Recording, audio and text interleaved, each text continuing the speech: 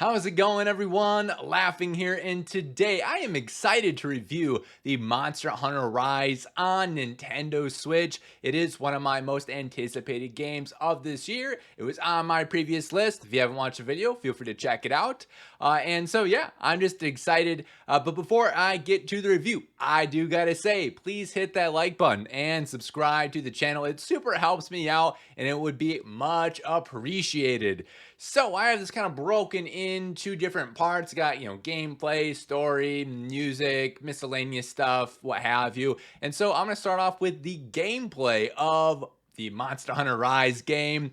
So as always, Monster Hunter Rise is fantastic when it comes to gameplay. It is probably one of the best things it's known for besides the actual monsters. Just how fun and exciting the gameplay is. As usual, you hunt and fight big monsters, you get their materials, you use those materials for some great armor, weapons, what have you, so then you can get on to the next fight and take out the next big baddie monster that has shown itself. And of course, that has not changed for Monster Hunter Rise. The formula is still there, but what has changed is that we now have village missions and now hub missions. So the village missions are more along the lines of the story missions, what have you. They're going to be a little bit easier than the hub missions because the hub missions are more kind of multiplayer friendly. That's kind of the whole general thing is for the hub missions. So they are also harder because they are meant to be taken on by more than just one person. But if you want a good challenge,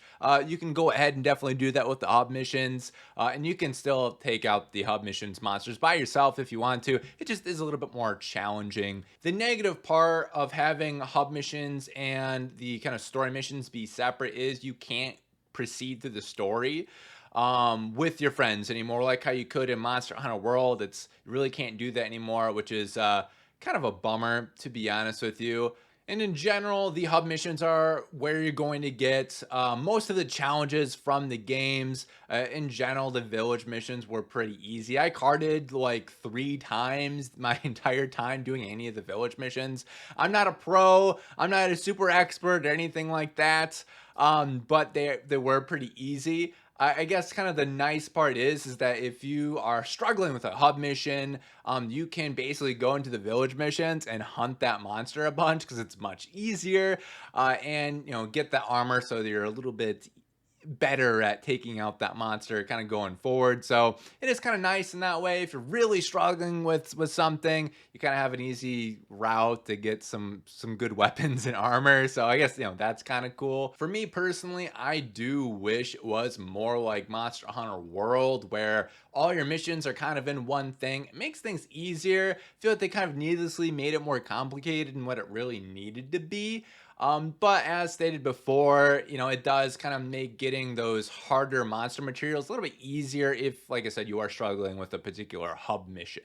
There have been some welcomed improvements in Monster Hunter Rise to the Monster Hunter franchise, and I really hope that they actually do kind of keep these in going forward, because it definitely made my experience, especially from World to Rise, much better and just nicer in general, and in some cases more streamlined as well. The first thing is the new companions, the Palamutes. These dog buddies are super helpful by letting you ride on their back. While you're riding, you can sharpen your weapon on the go, drink potions, traverse the environment much easier. It's also really nice when you're playing solo because now you actually have a second companion that can help you out. We still have the Palicos. They are super helpful as ever. Both the Palamutes and Palicos actually have skills now that you can equip, which is really cool. Another cool inclusion is that you can have a whole roster of Palicos and Palamutes that you can recruit, train, and bring with you on missions. You're not forced to only use the Palico and Palamute that you made when you first started. And the buddies you can recruit have different skill sets and function depending on kind of what type they are. If you want a Palico that is good at giving you buffs, plundering, healing, etc., you can go out and get yourself one, which is pretty cool. Another huge addition to the game is the wire bugs. They're kind of confusing at first, but the more you use them, the easier that they get. They allow you to climb to places you wouldn't be able to in past Monster Hunter games, and some of them have really cool function in combat as well. You can use them for special moves or just get out of the way of a monster attack really fast. which is really nice. They're also great wire bugs that have a permanent spot in the map, so they're super helpful, especially if you accidentally fall down to some place. The great wire bugs can help you get up to where the monster is or from where you fell in no time, as long as there's one around it. They're super duper helpful in general, and kind of provide some cool shortcuts for you to kind of chase the monsters. The only kind of down part with them is that you can't be on your palamute when you use them, which is kind of a bummer. It kind of slows it down a little bit, but besides that, the great wire bugs especially are really fantastic, and the wire bugs have just awesome functionality with them as well. Last and least for me is the Rampage mode. It's kind of like a weird tower defense style game where you're trying to stop a group of monsters from breaking into the village. You have various towers of ballistas, cannons, and traps you can set up. There are also characters in the village that you can summon. The Rampage mode feels very out of place to me. It's kind of a pain to traverse the map while trying to build the towers. It's also kind of boring when you're manning one of the towers itself, and the rewards don't seem particularly great either. The good news is you don't have to do it that often, but you do have to do it a little bit just to kind of progress the story. Speaking of story, Monster Hunter Rise's story isn't that interesting, to be honest with you. It's a very, very light story. I will say it does kind of know why you're here. You're not here for some great epic, story piece. You're here to slay some monsters, so it's pretty self-aware with that, but at the same time, it doesn't try to kind of pull like a Monster Hunter World where in that game, the story wasn't fantastic, but at least there was a story. There was some kind of, story beats that kind of continued moving you through the game itself, and Monster Hunter Rise is just like, hey, go kill that monster, 'cause story. And that's pretty much it, to be honest with you. So the story that is in the game, basically it's just about the Rampage, which is a large group of monsters gathered together, and you're trying to prevent them from destroying the village. After you complete a few missions, you find out that the title monster, Magnamalo, is the one behind it. After 15 or so hours, if you continue progressing, you can fight him and make the first credits roll. The fight was harder from other monsters, but still nothing compared to the Nergiganti fight in Monster Hunter World. That was super hard. You really had to like gear up and make sure you're on point for that. And Moglinato just really isn't that, to be honest with you, which was kind of a bummer, but it is what it is, I suppose. The village characters are also just kind of fine. I have no real complaints. None of them stood out particularly great for me. I guess like the two sisters are pretty decent and the Dango girl, but beyond that, everyone else is just kind of bland. I will say we don't have the annoying handler in this game from Monster Hunter World, so I guess that's a plus.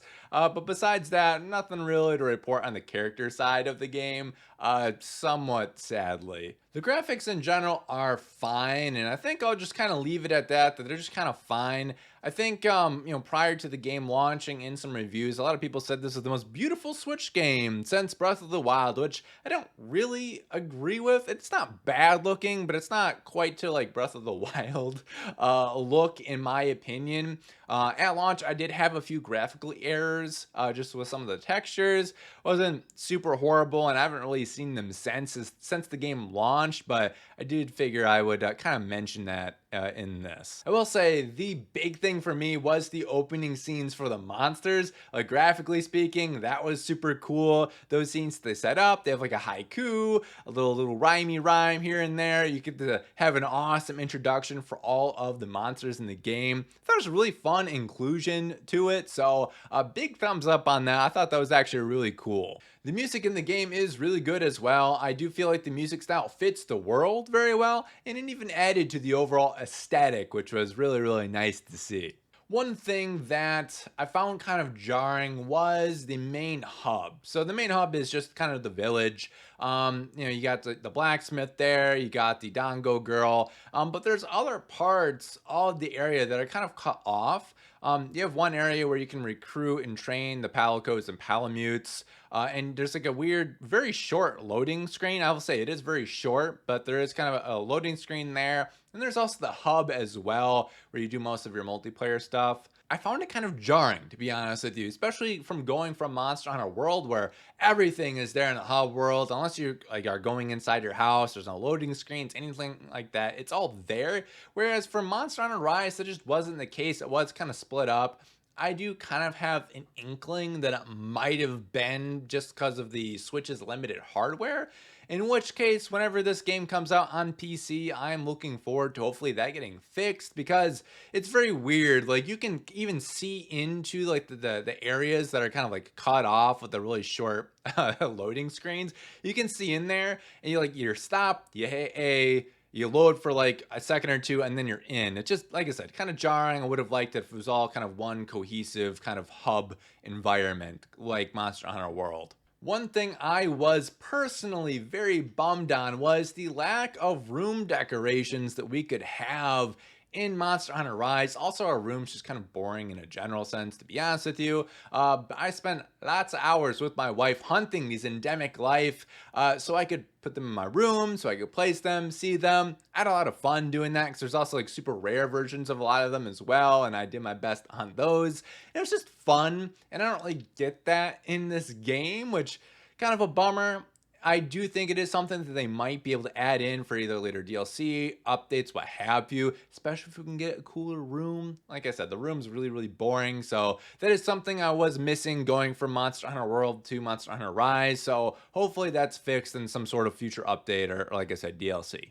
One thing in Rise that was not the greatest was the tutorials. They're kind of a mess and are in general really annoying. There's a lot of them, and there's a lot of them very often. Rarely did I ever really learn anything when I used them or went through them. Most of the stuff that I learned came from just experiencing the game itself or just looking it up online. I really do wish that they would kind of fix that. A similar issue for Monster Hunter World, but I do dare say that it was actually worse than Rise in a general sense. The maps in Rise are pretty good as well. I'm still exploring and learning new things about some of them still. I do prefer the maps in Monster Hunter World because I do feel like they had some more depth to them, to be honest, but they are definitely not bad in Rise. I do look forward to getting some more maps later on, because we did have less maps than Monster Hunter World at launch. So looking forward to getting some more maps down the line, but in general, the maps definitely are not bad. The monster variety in Monster Hunter Rise is super duper awesome. You're no longer just fighting the same kind of flying wyverns over and over and over again like you do in World, especially in the early game as well. Lots of different variety in a general sense. And that was just kind of fun, because it just kind of gets boring if you kind of fight the same kind of monster over and over again. Like, the Rathalos, the Azure Rathalos, the Rathian. I don't know, there's a lot of other kind of monsters that are very similar to them, and they're not bad fights, but I don't know, it would be nice to fight some other stuff. Yeah, I think they did a really good job of actually executing on that and having, like I said, a really good variety of monster hunters in Rise. Keeps you interested, keeps you entertained, it also keeps you on your toes too. The armor and weapons look pretty awesome in Rise as well. There are more weapon differences between the various weapons you can get. Monster Hunter World had an issue where a lot of the weapons looked the same, just with kind of different feathers. I do feel like they did a good job of listening to the fans and made it much better in Rise. And a lot of the armors look really, really cool in Rise as well, especially some of the newer ones on there. Yeah, it's just really kind of cool to see. And whenever I hunt a new monster and get new materials, I'm always really excited to see what that next armor set's going to look like, and what weapons I can make out of it as well. In general, I do feel like Monster Hunter Rise brought the franchise as a whole forward, especially in the gameplay department with the Palamutes and the wire bugs. Most of my issues with the game more than likely kind of stem from the hardware limitations on the Switch, but even then, Monster Hunter Rise is a super fun game. I'm still very impressed with what they were able to accomplish, and I look forward to seeing the future updates of the game and kind of see what they've done to add the experience. In general, I think they did a really good job with Monster Hunter Rise. If you enjoyed Monster Hunter World, or even if you thought that game was too hard, I would still recommend picking up Monster Hunter Rise. I definitely feel like I got my money's worth, and I know there's content I still haven't done on there yet, and I also know there's more content to come, which is pretty awesome. So, in general, I really enjoyed my time with Monster Hunter Rise. It was everything I expected, and actually, and then some, I dare say. Like I said before, I do think it did a good job of moving the franchise forward, which is why I'm giving Monster Hunter Rise an 8.5 out of 10. Definitely recommend picking it up if you're a fan of the Monster Hunter franchise series, or even if you're a newcomer as well, and you've been maybe a little bit too afraid to hop into the series. This is the game right here that I'd recommend be your first one. It's very beginners friendly. Besides kind of the tutorials that are not the greatest, I would just kind of look stuff up online, to be honest with you. Really good game. Highly recommended. So down in the comments, what do you guys think? Did you guys already have Monster Hunter Rise? Do you think it's an 8.5? Otherwise, if you don't have it yet, was this review helpful? Let me know down in the comments below. As always, thank you so much for watching. If you enjoyed the content, please hit that like and subscribe to the channel and share this on your various social medias. That goes a long way to helping the channel expand. Thank you so much for watching. Have a fantastic rest of your day. And as always, take care.